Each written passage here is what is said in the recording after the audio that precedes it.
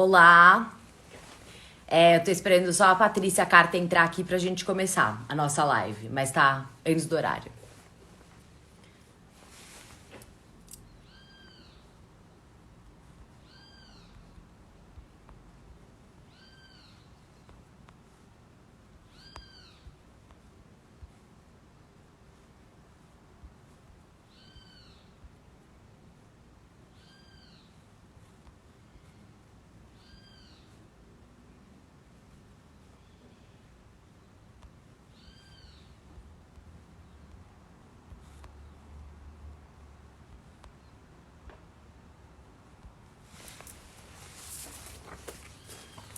Oi, oi, oi pra todo mundo que tá entrando. Eu só tô esperando a Patrícia Carta entrar aqui, que aí a gente começa.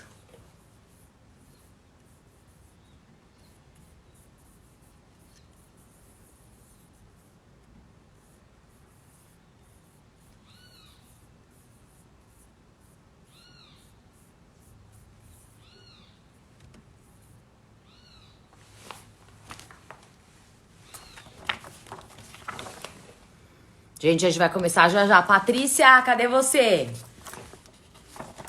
Margue, eu vi que você tá aí online. Manda uma mensagem pra Patrícia pra ver cadê ela.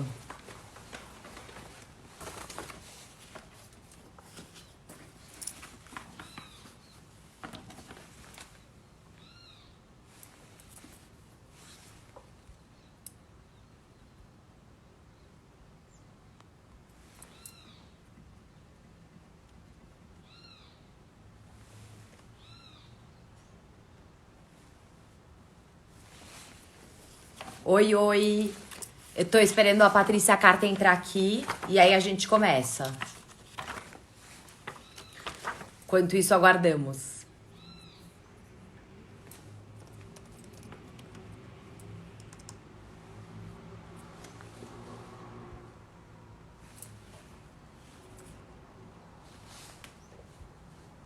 Oi, Inês! Ah,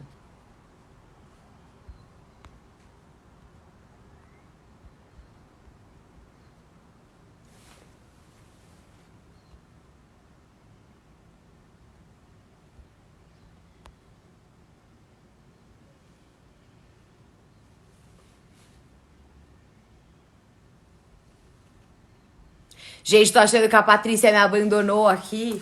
Ela vai me deixar na mão.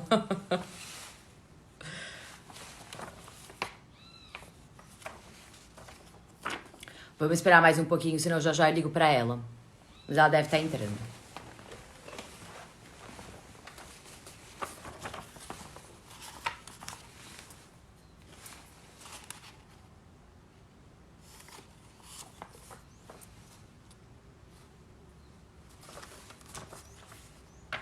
Oba, Patrícia! Pensei que você tivesse me abandonado. Pera aí, deixa eu te convidar aqui.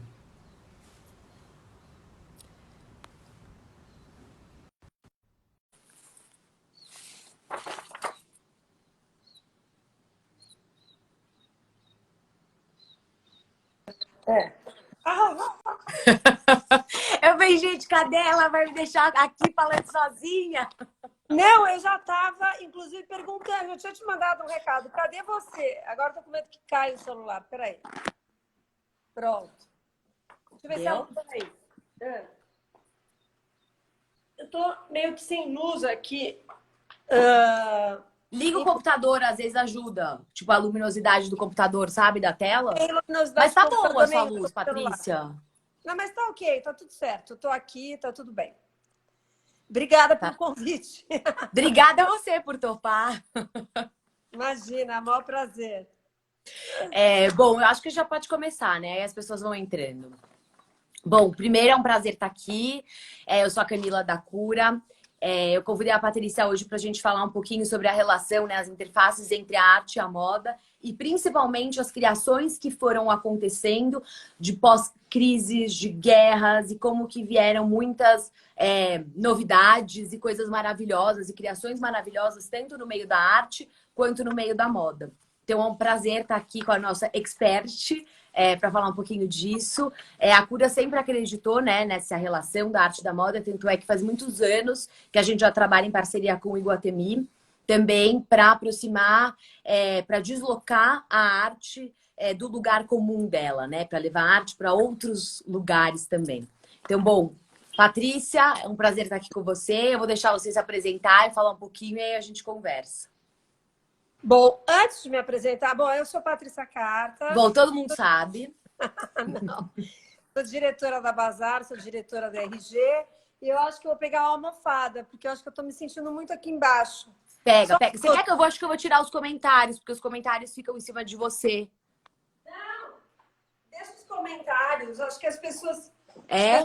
gostam com comentário, acho eu. Então tá bom, você manda. Ah, pronto, olha, tô melhor já. É porque a gente fica cortada pela metade, né? Eu também tô meio baixo.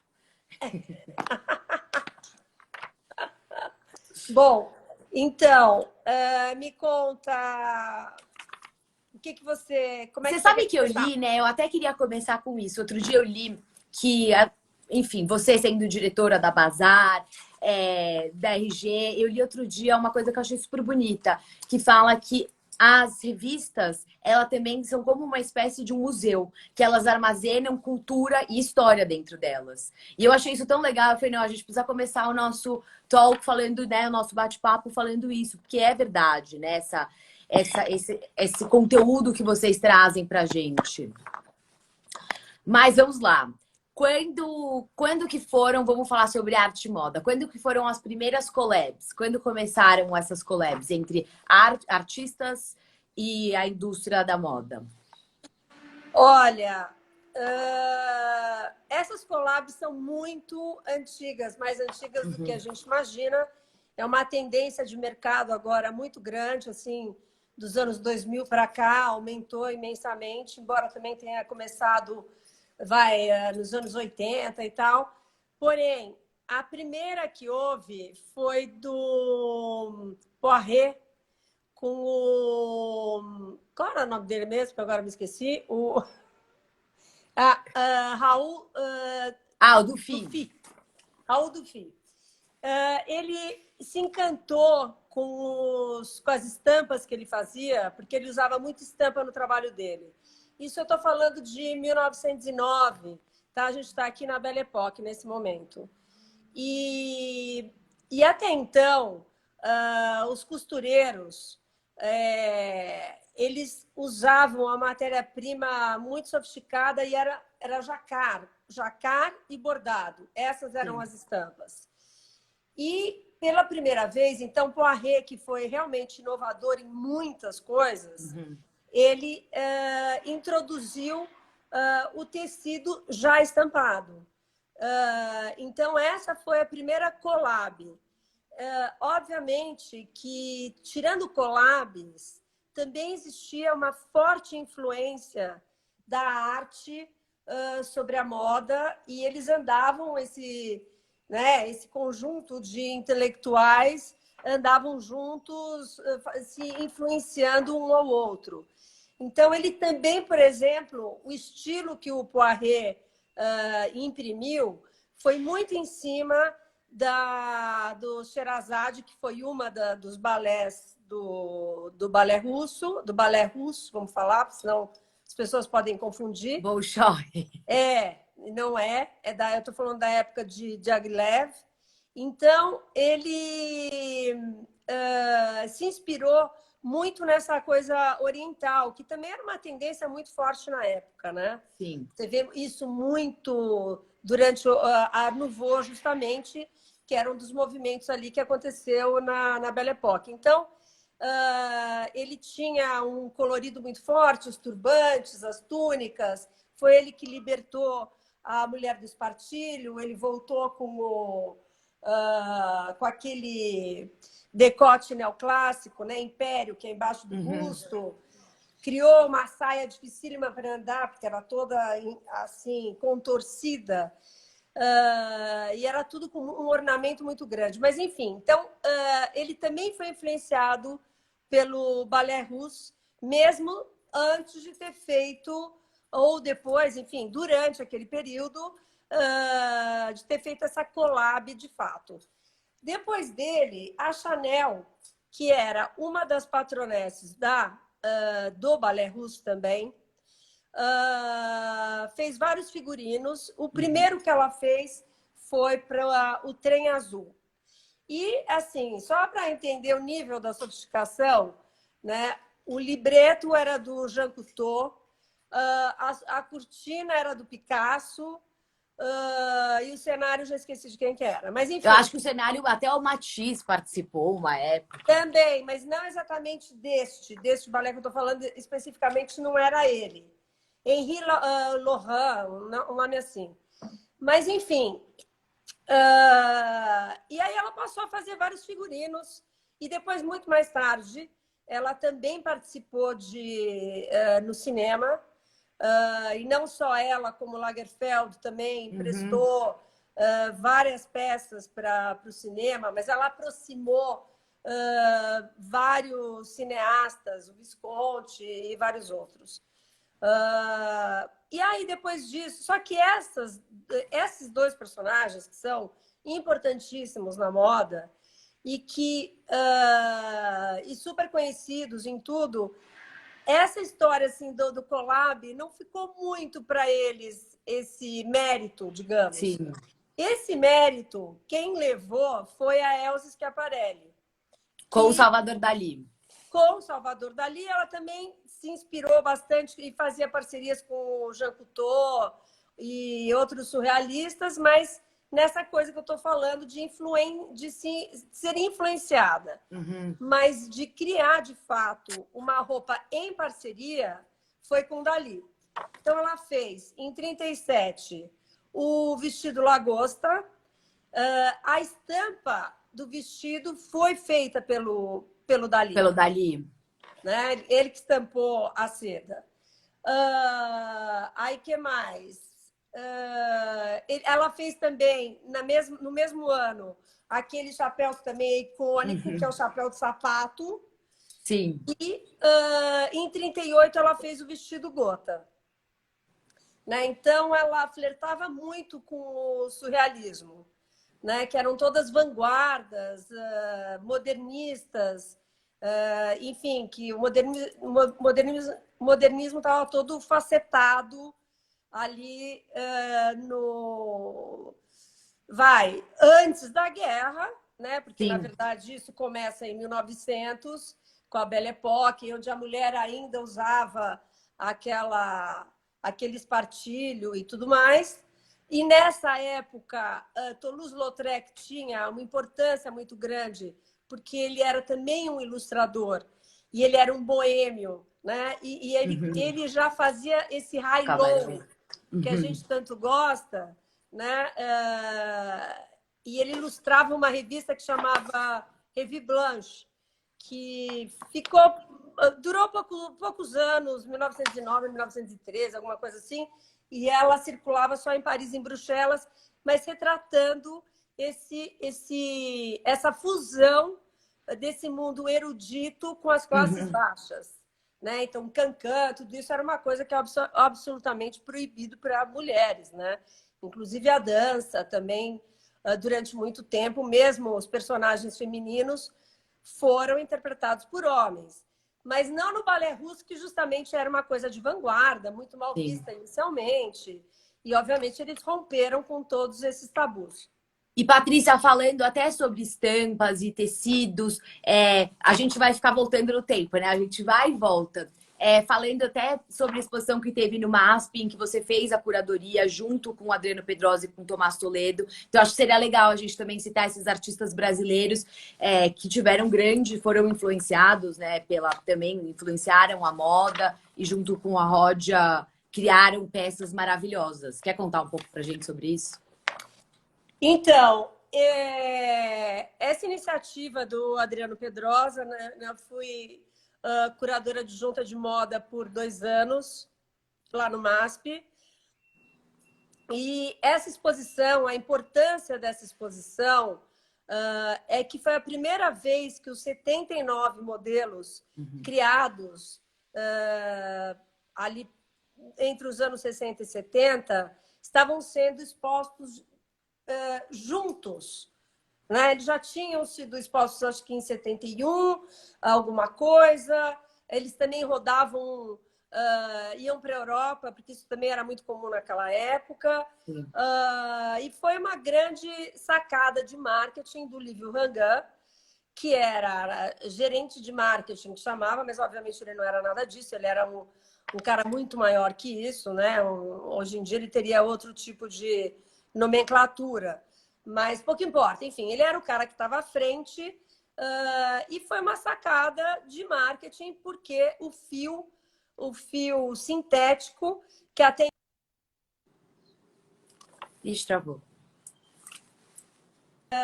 foi criada justamente para... Patrícia, você travou um pouquinho. Agora Travei? voltou. Tá. Então, a Fienit, que foi criada em 58, foi criada para enaltecer essa indústria têxtil que estava bombando, né? Nós estávamos aqui numa revolução ali industrial, uma segunda, né? A primeira tinha sido Belle Époque e o mundo inteiro se beneficiou dela nesse ponto de vista, inclusive o Brasil.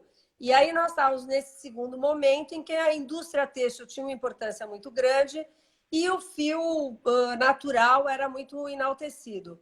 Até que chegou o Lívio Rangan né, tendo que fazer com que o fio sintético fosse usado não só pelas classes mais baixas, mas ele queria posicionar isso de uma maneira, né, bacana. E aí o que aconteceu, na verdade, é que aqueles vestidos, eles todos foram criados em cima do corpo de uma modelo, que já estava determinado. O Alceu Pena, que ficava desenhando e mandava diretamente para o artista. Então, não é que eles tivessem contato, o que desenhava com o artista. Chegava o era feito um desenho e esse desenho era enviado e depois, a partir do desenho, era feito a estampa. Não, a estampa já era feita, confeccionada por algumas confecções. Só o modelo. E aí então chegava para o estilista o tecido e esse desenho, né? Então era essa a dinâmica. E, bom, em suma, e aí criou coisas extremamente desejáveis que não foram à venda. O que foi à venda foi um monte de blusa de gola roulé, gola alta, que vendeu adoidado, né? Mas foi o posicionamento. E aí foi... Não, e foram artistas incríveis, né, que participaram dessa colaboração. Desde Barsotti, Nelson Lerner, quem mais? Um monte. A Maria Bonomi, Tomi Otaki, o Volpe, Valdemar Cordeiro, Bandeira, o Mabi. Todos os contemporâneos daquele momento, ou pós-modernos, não sei exatamente como... tinha abstração geométrica. Tinha de tudo, né? Pop art. Contemporâneo, né? Contemporâneo ou pós-moderno? Bom, enfim. Dessa época dos anos 60, 70. E eram os melhores e os maiores que tinham, na verdade. E os estilistas que não eram estilistas, não era esse o nome que recebia, mas tanto faz, que era Denner, Clodovil, Guilherme Guimarães, também eram, enfim, era a nata da nata. E uma das coisas que, de fato, o Bardi quis fazer, e conseguiu, obviamente, é juntar as artes, né? Mostrar que o design... Primeiro, tornar o museu uma coisa viva e acessível, né? Tirar o artista do seu conforto de trabalhar ali no seu cavalete. Dá para ele uma outra estrutura e possibilidade de expressão. E juntar design, arte e moda, né? Então, democratizar, de certo modo, e, na verdade, também você percebe que dentro desse raciocínio do Bardi, é um raciocínio da Bauhaus, né? Uhum. E é juntar exatamente tudo isso, né? O funcional, a indústria, o design, a arte. Então, assim, é um conceito modernista e que o Bardi, que era o que ele queria para esse museu, né? Sim. E então foi isso. E essas roupas, elas fazem parte do acervo do MASP, né, hoje. Sim, Quando sim, que sim. você acha que foi esse ponto de virada em que, assim, porque, lógico, sempre existiu a influência da arte na moda, né? E sempre esse diálogo entre essa interface, né? Entre uma e outra. Mas quando que você acha que realmente surgiu essa ideia de, assim, dos museus terem uma coleção de moda, deles começarem a expor designers, né? Estilistas e roupas dentro do museu, né? Porque hoje em dia muitos dos museus têm grandes acervos de estilistas. Quando Sim, você acha que foi esse ponto esse de boom. virada, assim? Olha, então, na verdade, a diferença é que os museus, o que eles tinham e continuam tendo, e como eles viam a moda, era só como um acervo histórico, era um Uhum. relato ali da história de um determinado período. Sim, Agora, entrar com uma coleção nova, como, por exemplo, no Met, em 83, a Diana Vreeland que fez uma curadoria de uma exposição do Saint Laurent, por exemplo. Mas, então, quando é que eu acho que isso começa?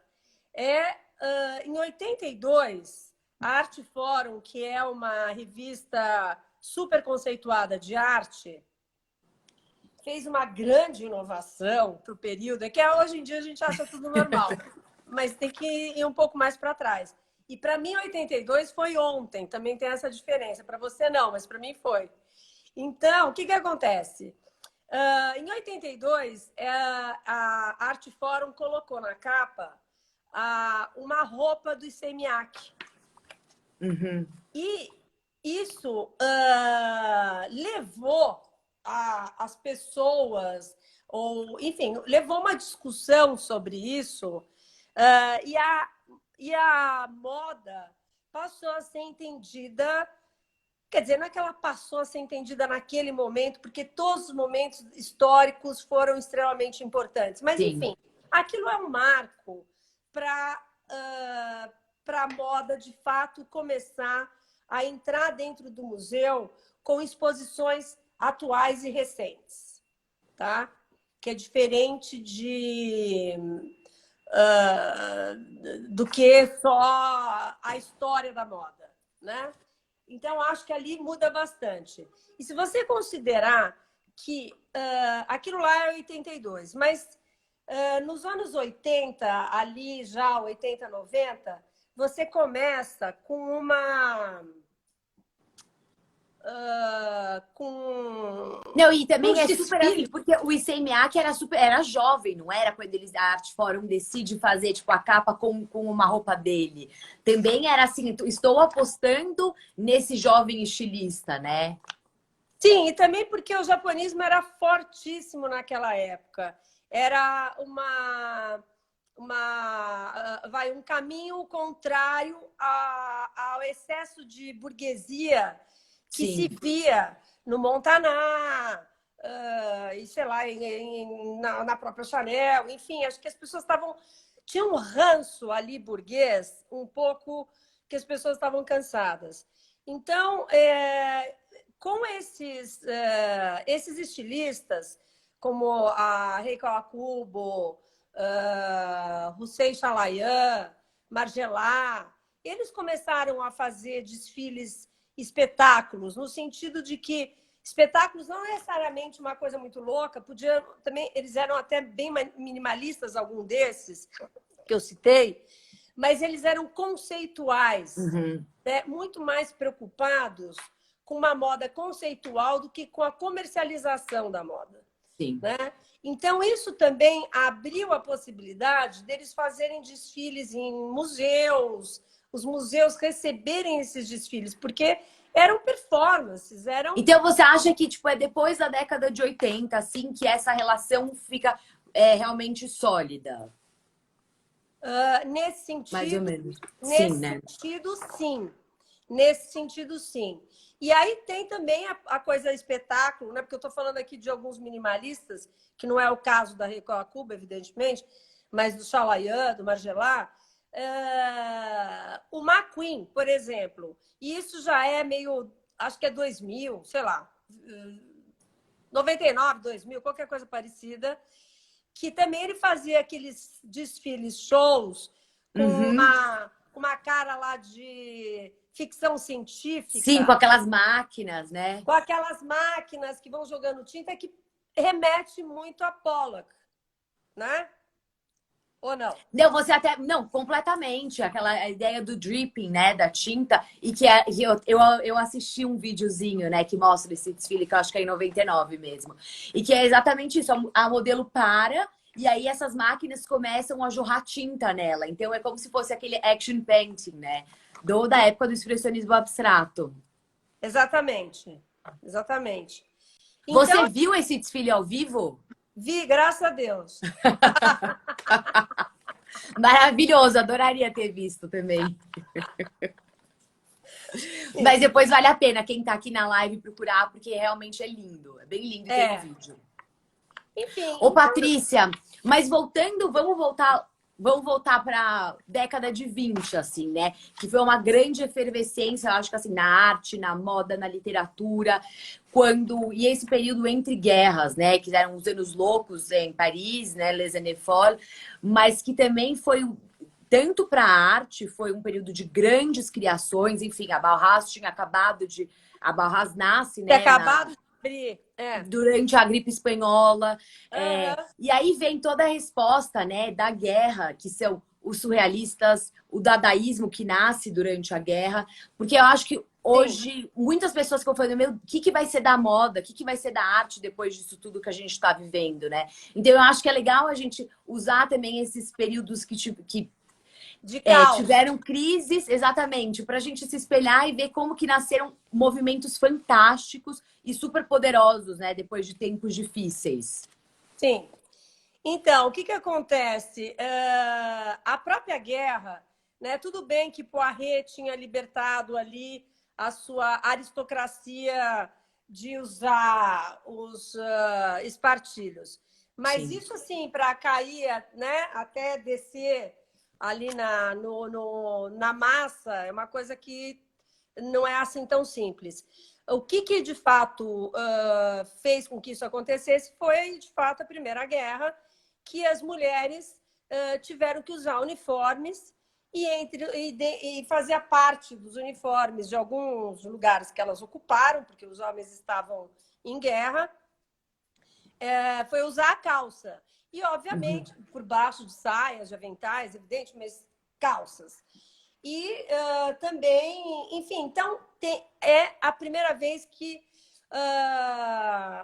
existe uma influência do utilitário, né? Sim. Que depois disso você percebe que as coisas ficam para sempre, porque quantas milhões de Uhum. vezes o utilitário já não foi reinterpretado, né? Então, mas aquele foi o primeiro momento, porque tinha uma razão de ser, era uma necessidade, não era um modismo, né? Ele nasce de uma necessidade. E as mulheres que tinham já conseguido o direito a voto, né, em 1890, e aí a gente já está falando durante a guerra, 1914 até 1917, enfim, em que elas trabalharam. Quando os maridos voltaram, elas continuaram com esse direito adquirido, né? E Uhum. elas se soltavam, elas estavam mais soltas, os vestidos encurtaram, foi um momento de grande euforia. A música foi muito importante, o cinema foi muito importante, porque o cinema era algo, a cultura do divertimento, né, da diversão, em que era possível ir ao cinema, era barato ir ao cinema. Então, aquilo influenciou muito todo mundo, de uma maneira mais democrática. Mas, Sim. enfim, então essas mulheres que usavam aqueles vestidos que eram as melindrosas, aqueles vestidos Uhum. flappers, o cabelo à la garçon, o chapéu foi, em vez daquele gigante do Poiret, foram substituídos pelos cloches. Enfim, um estilo todo próprio ali delas, uma androginia bastante acentuada, que ainda é mais acentuada justamente com algumas divas do cinema que vão ser as modelos que vão seguir. Como a gente segue hoje a influência enorme das E cantoras. tinha uma vontade da de Madonna. liberdade, né, também, Patrícia. Uma coisa, tipo, até do surrealismo, uma vontade de, tipo, de viver, de extrapolar. Eu acho que foi um período, tipo, de guerras, né? Quando a gente fala de muita retenção, assim, que depois as pessoas querem viver, Sim, sim, né? é o escapismo, é o escapismo. Sim. É um escapismo, mas aí já tinha. Mas o bacana desse é que foi um escapismo.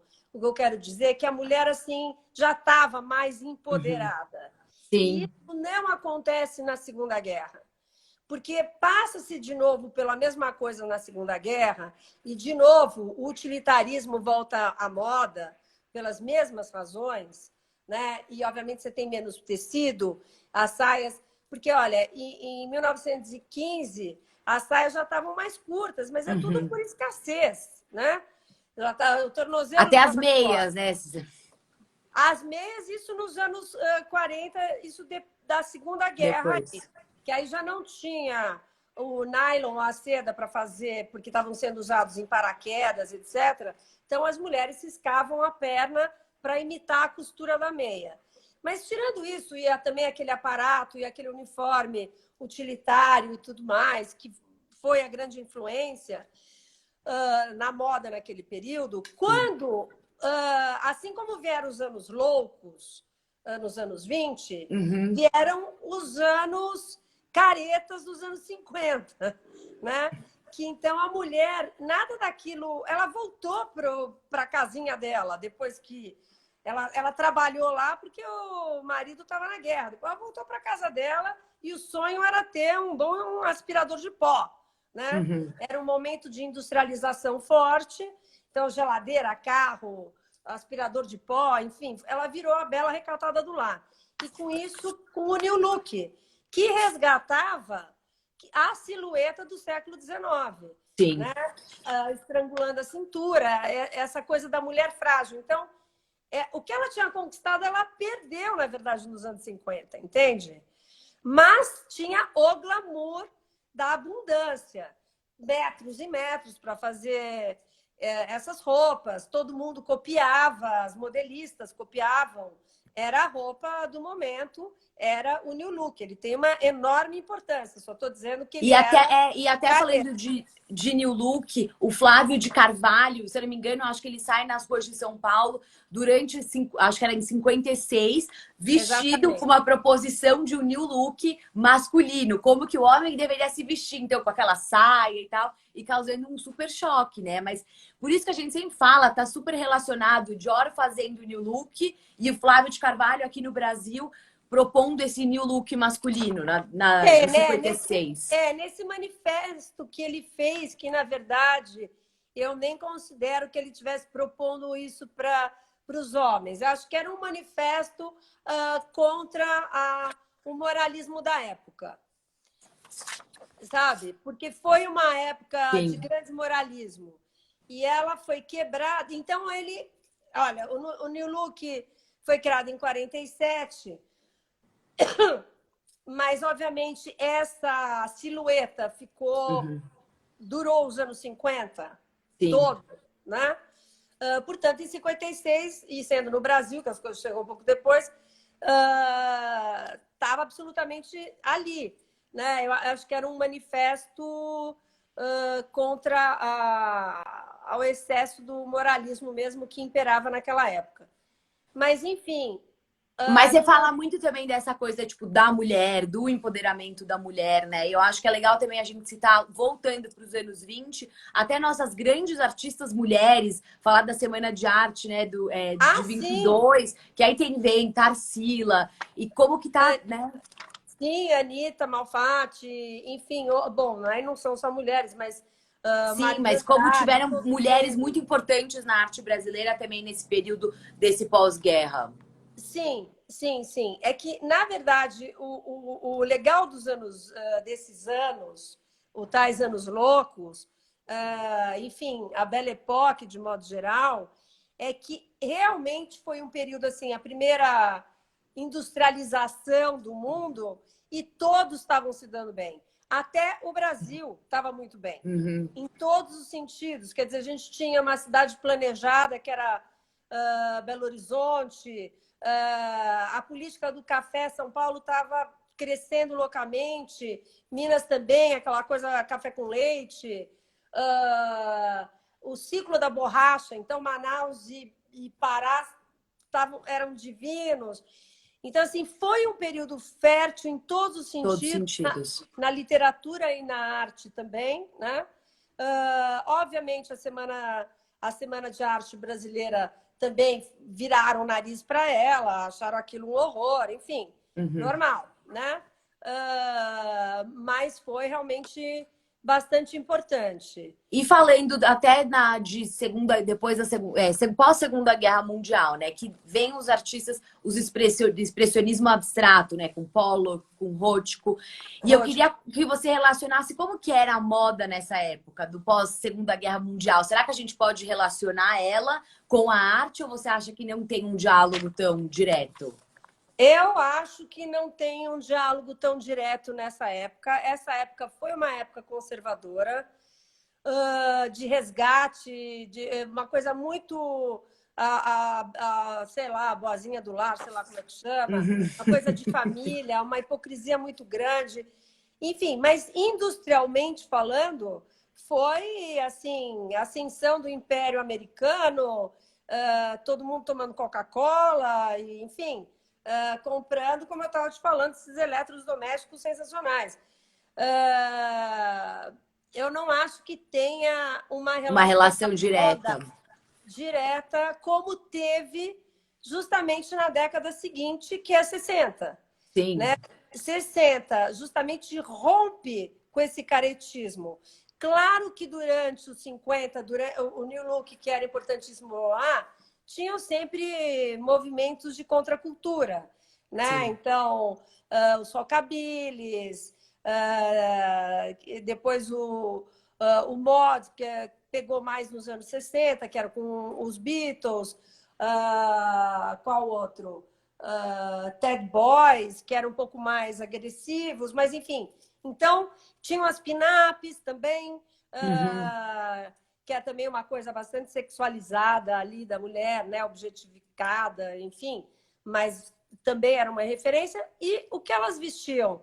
Além desses ombros, desses tailleurs, essa coisa utilitária, também elas também se baseavam demais no que viam no cinema. Né? Então, por exemplo, nos anos 30, quando a Jean Harlow apareceu no cinema, toda platinada, que ela era a bombshell da época, com um vestido frente única, quem foi? Agora eu posso falar uma besteira, mas será que foi a Vionnet ou a outra, a Madame Grey? Uma das duas. A gente pode dar o Google. Não era isso que você queria. Você falou, eu gosto do improviso. Então, aqui, ó, pronto, bom, Patrícia. Pois é, bom, enfim, uma das duas, mas pra você ver, acho que foi a Madame. Eu acho que foi a Madame Grey, depois vou ter que te contar isso em outro momento. Mas, enfim, para você entender como o cinema influenciava. Foi Vionnet, ó. Que bom, muito obrigada, Madame Vionnet. Então, Madame Vionnet fez imediatamente essa roupa, você entendeu? Então, assim, como elas se vestiam? Elas usavam pele, elas usavam brilho, era uma coisa, assim, de opulência, né? Agora, também nessa época, tinha muita coisa do... não era reciclado que se usava na época, como é que se falava? O customizado, que é típico, são coisas que aparecem da necessidade do momento. Do momento, com certeza. E enfim, então a escassez também faz aparecerem coisas muito interessantes, com né? certeza. como o solado de rolha, como é que chama aquilo? Que não é rolha? Qual que é o nome de rolha? Do que é feito rolha? Daquela... Como é que Nossa, chama a rolha? tá, calma aí, calma aí. Cortiça, de Cortiça. cortiça? Então, como por exemplo, saiu por aí, entendeu? Porque não tinha mais. Sim. O couro estava sendo usado em outro lugar. Então, se vê muitas dessas coisas são Agora todo mundo importantes. colocando cortiça aqui. É. Obrigada, obrigada. Mas a década de 60 também tem, tipo, assim, tem o grande marco, né, de artista, tem o Andy Warhol com a pop art, e tem essa grande influência e esse contato também com a moda, e até essa crítica desse consumismo e da reprodução, né? Porque ele começa a carreira dele sendo ilustrador dentro de revistas, como a Bazar. Da Bazar. Da Bazar. Ele começou a carreira como ilustrador da Bazar. E, então, na verdade, ele faz essa crítica. Na verdade, o que acontece? A arte e a moda nos anos 60, elas realmente estão conversando a mesma coisa. Sim. Porque com a guerra e as pessoas depauperadas, a alta costura foi muito para baixo. E quem ganhou o lugar dela foi o prêt-à-porter, né? E a prêt-à-porter nada mais é do que fazer a roupa em série. E a pop art pregava exatamente a mesma coisa, né? Serigrafias e a repetição, enfim, né? A repetição, usar a cultura de massa mesmo. Sim. Né? Então, assim, a massificação acontece porque é o óbvio, é o que o mundo... É reflexo, né? É reflexo do mundo, né? Reflexo do mundo. Não tinha outra coisa para refletir, senão... Ixi, Patrícia travou. Casam muito bem. E aí você vê realmente trabalhos... O Andy Warhol fez mesmo uma coleção de vestidos que ficou chamado vestido sopa, lá com aquelas latas de Campbell em tecido, e aí ele rasgava aquilo no final, né?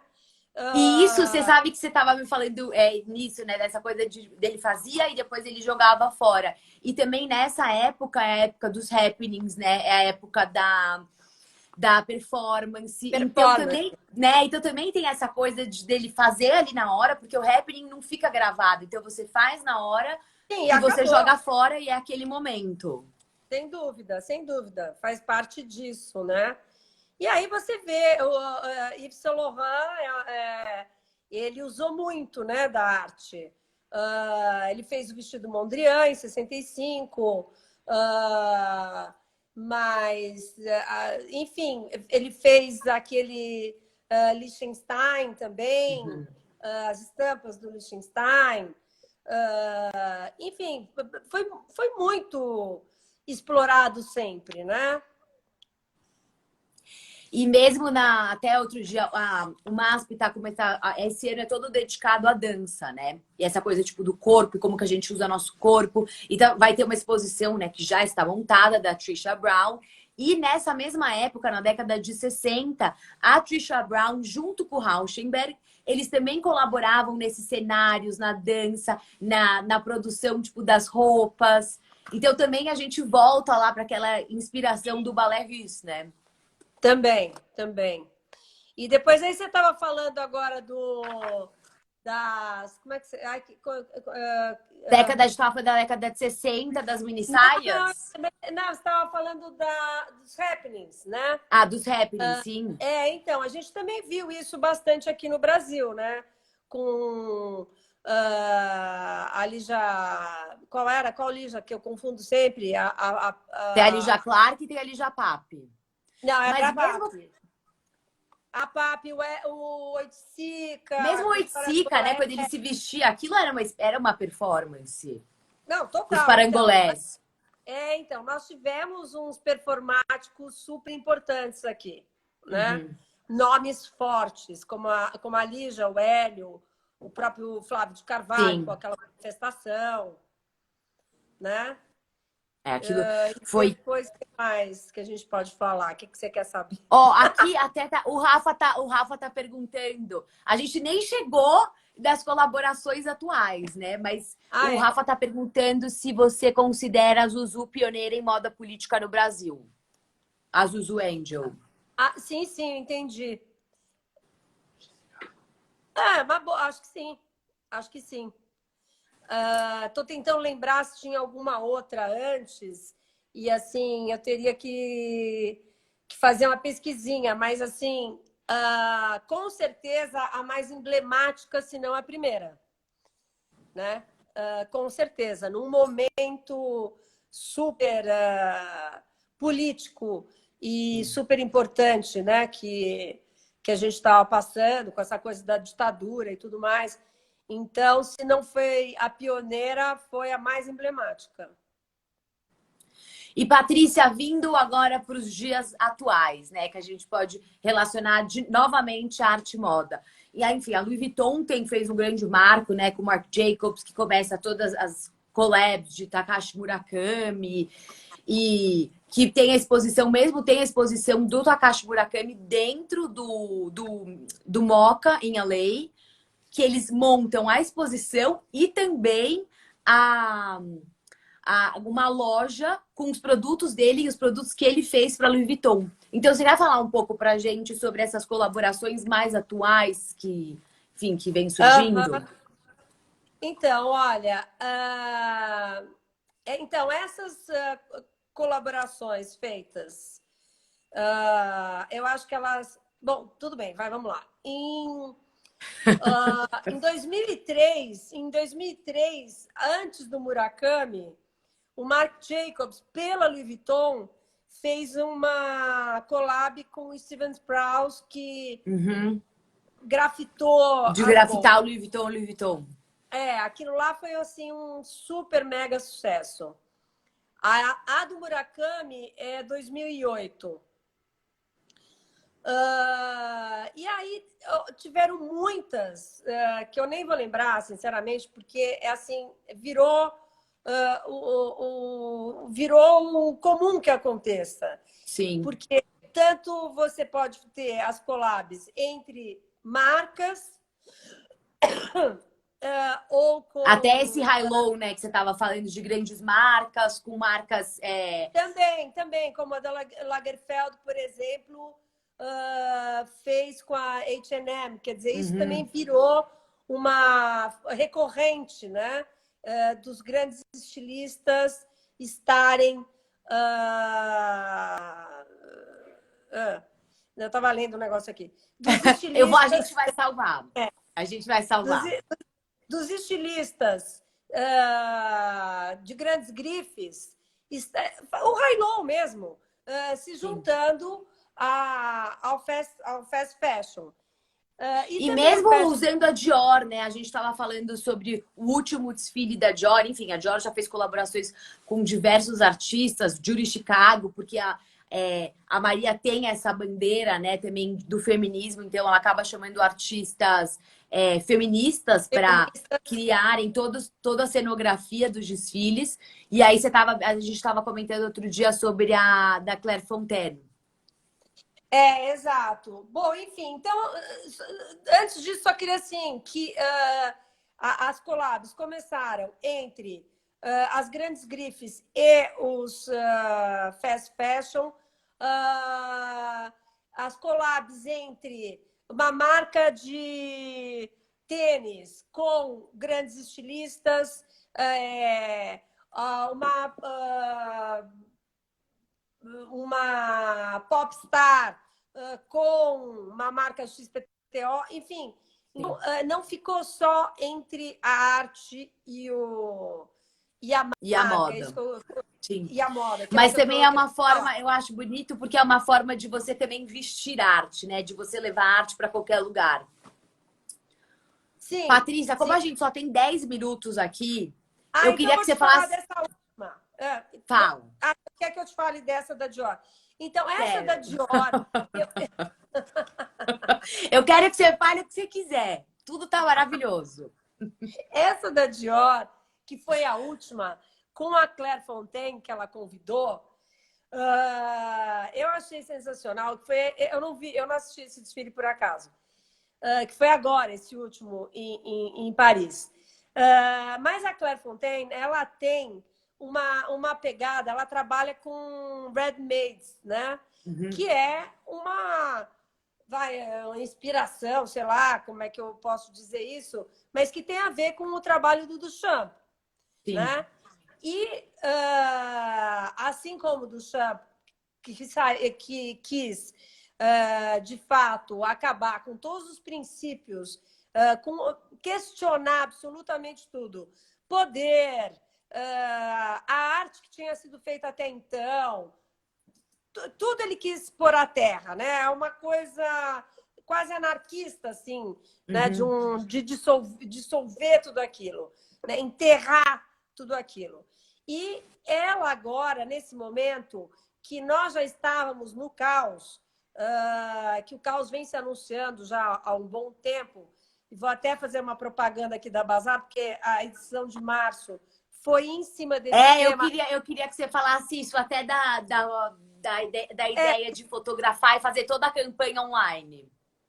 É porque a gente fez esse tema antes de ir para Milão, antes dessa coisa do caos estar estabelecido e claro, mas quer dizer, já estava claríssimo, mas antes da pandemia explodir.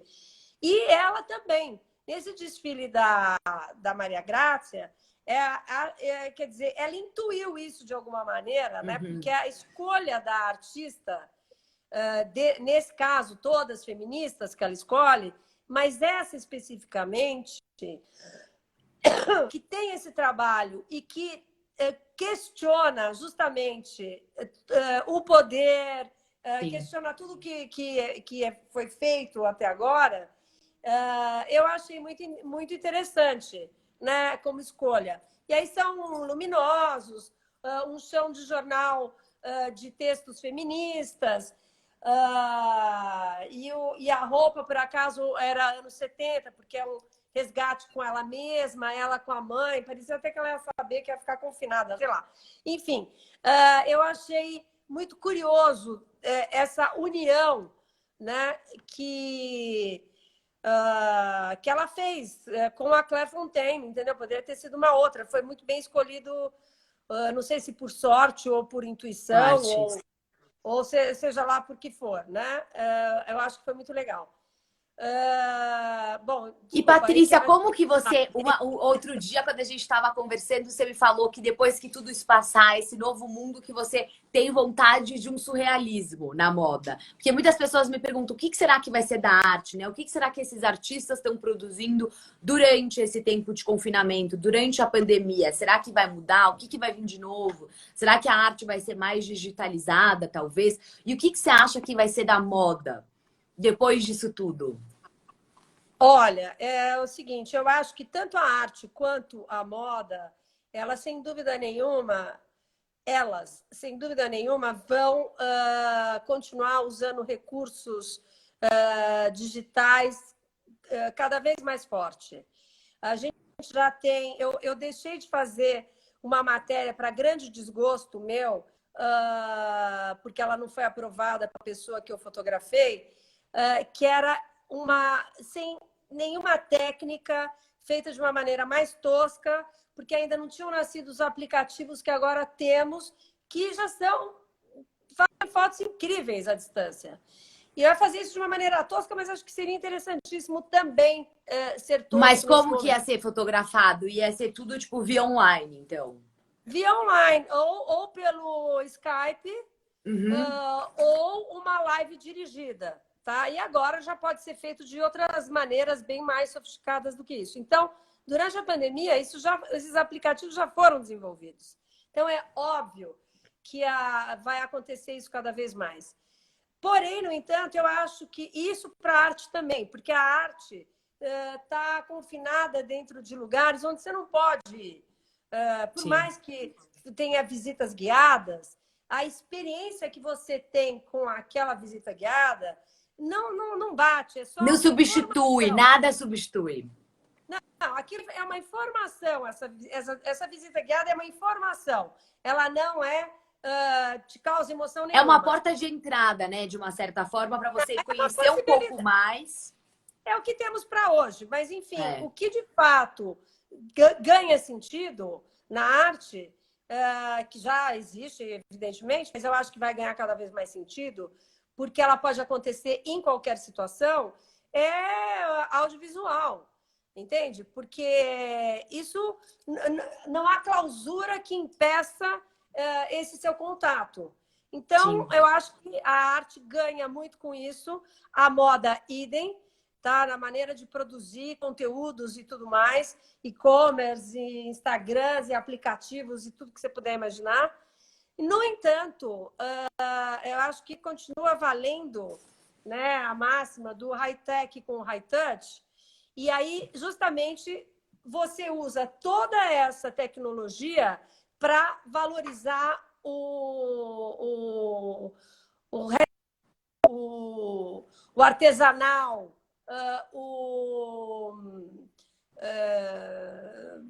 o artesanal, né?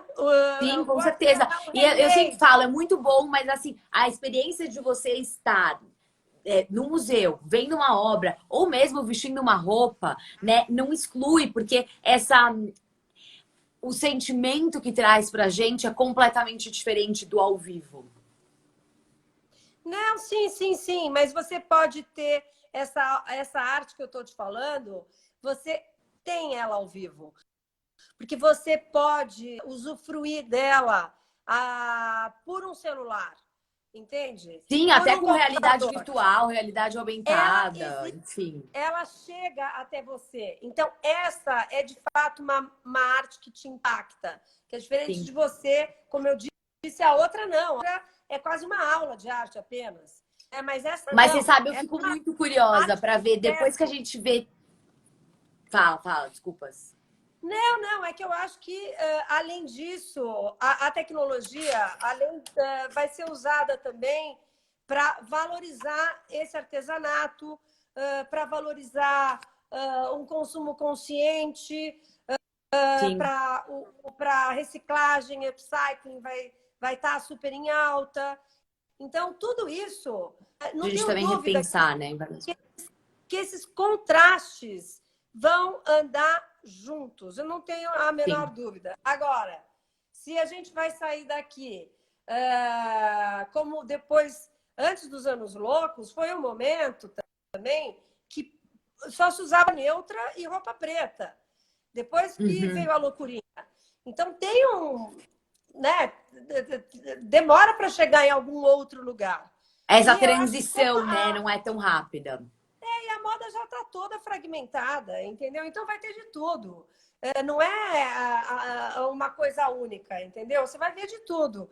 Agora, uma coisa é certa: o verão que não foi mostrado, que tá, ou as coleções, depende do que hemisfério que eu estou falando, mas enfim, a coleção que estava pronta e que não conseguiu Já ser vendida, desfilado.